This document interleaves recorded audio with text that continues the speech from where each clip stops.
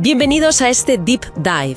Hoy nos metemos de lleno en una conexión bíblica que, a menudo se simplifica bastante, ¿no? Sí, la historia de Jonás y su relación con Jesucristo. Casi siempre nos quedamos con lo del pez. Exacto. Y tenemos un análisis teológico que va, mucho más allá de esa anécdota. Nuestra misión hoy es, desentrañar cómo Jonás funciona como una especie de figura que anticipa a Cristo. Una prefiguración, ¿sí? Especialmente a través de eso que Jesús llamó la señal de Jonás, ¿verdad? Y queremos explorar temas como la desobediencia, claro, pero también la soberanía de Dios y esa misericordia tan sorprendente. Claro, y es que es fundamental entender que el libro de Jonás no es solo un cuento. Para nada. Es una pieza teológica narrativa, pero muy profunda. Lo que en teología llamamos un tipo o una sombra. Que proyecta hacia adelante, ¿no? Hacia algo mayor. Exacto, que apunta a una realidad más grande, que se cumple plenamente en Cristo. Jonás es en esencia un testimonio profético. Y recordemos el contexto rápido. Jonás, profeta de Israel, y Dios le dice, ve a Nínive. La capital asiria. Los enemigos. Justo, los enemigos acérimos de Israel en ese momento. Imagina el encargo. Y aquí viene lo sorprendente, porque la interpretación más común es que Jonás huye por miedo a los ninivitas, pero el texto sugiere algo más profundo. Pues sí, y es clave.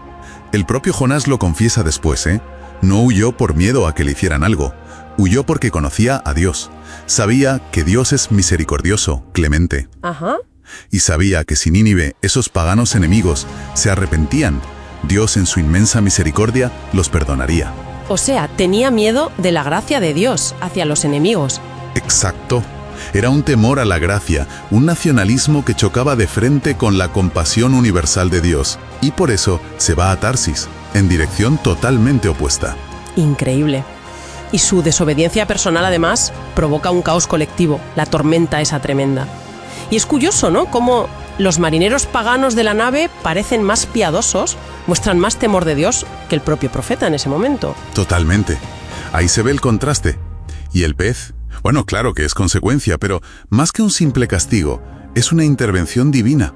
Casi un rescate forzoso para reencaminarlo, una forma dramática de llevarlo a donde tenía que ir. Que nos lleva directos entonces a la señal de Jonás de la que habla Jesús en el Evangelio de Mateo, ¿verdad? Precisamente. Y el paralelismo que establece Jesús es clarísimo, lo dice tal cual, porque como estuvo Jonás en el vientre del gran pez 3 días y 3 noches, así estará el Hijo del Hombre en el corazón de la tierra 3 días y 3 noches. Es directo. Una alusión directa, sin duda, a su muerte, sepultura y resurrección. Pero ojo, aquí hay una diferencia fundamental, y es importantísima. La angustia de Jonás en el pez, ese clamor de sentirse desechado, nace de su propia desobediencia, de su pecado. Claro, él se lo había buscado, digamos. Exacto. En cambio, la angustia de Cristo en la cruz, ese grito terrible, Dios mío, ¿por qué me has desamparado?, surge de su obediencia perfecta. Él está cargando el pecado de otros como nuestro sustituto perfecto. No es por algo que él haya hecho. Entendido. ¡Qué diferencia! Y Lucas además creo que añade otra capa, ¿no? Que la señal no es solo estar en el vientre, sino también la predicación misma de Jonás. Esa predicación que para sorpresa de Jonás llevó a Nínive a arrepentirse masivamente. Exacto, Lucas enfatiza eso. Y Jesús usa ese hecho para advertir a su generación. Les dice básicamente, mirad, los de Nínive se arrepintieron con la predicación de Jonás. Y aquí tenéis a alguien mucho mayor que Jonás, y no os arrepentís, pues ellos os juzgarán. Uf, qué fuerte. Es que la fe viene por el oír, por escuchar la palabra proclamada. Ese es el mecanismo. Entonces, este contraste entre Jonás y Jesús se vuelve central, potentísimo. Vemos a Jonás, como decías, reacio, huyendo, enfadado porque Dios es misericordioso con sus enemigos. Cumple su misión casi a la fuerza y encima se queja del resultado.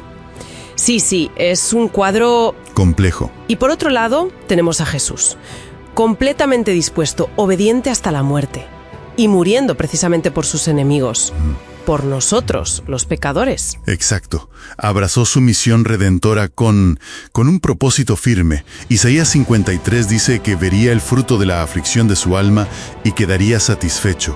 Es que fíjate, las propias fallas de Jonás, su resistencia, su enfado, sirven para resaltar aún más, por contraste, la perfección, la obediencia absoluta, el amor sacrificial de Cristo. Es como si Dios usara hasta la imperfección humana del profeta para apuntar más claramente a la perfección del Salvador.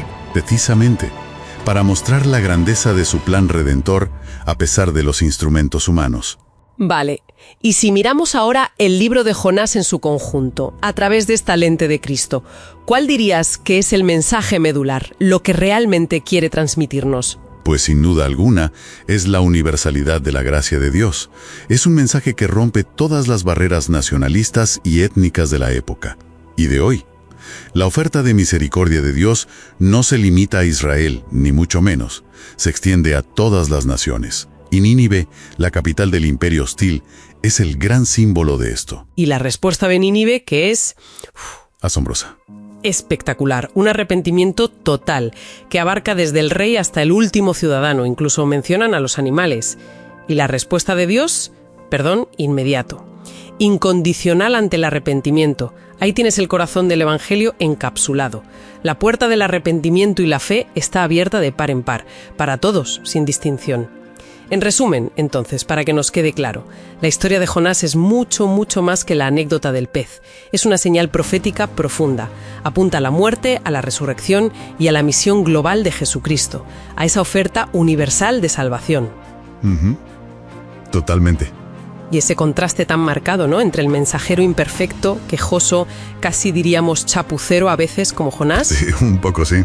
Y el Salvador perfecto, obediente hasta el final, Jesús, nos ayuda a valorar todavía más la obra de Cristo y su obediencia. Exacto.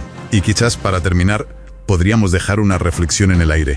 Si los habitantes de la pagana Nínive, enemigos de Israel, respondieron con ese arrepentimiento masivo a la predicación de un profeta tan imperfecto y reacio como Jonás, ¿qué revela sobre nosotros hoy en día nuestra respuesta o a veces nuestra falta de respuesta al mensaje del propio Hijo de Dios? Que es la señal de Jonás definitiva y completa. La señal definitiva, sí. Su vida, su muerte, su resurrección. Todo ello ofrecido a toda la humanidad.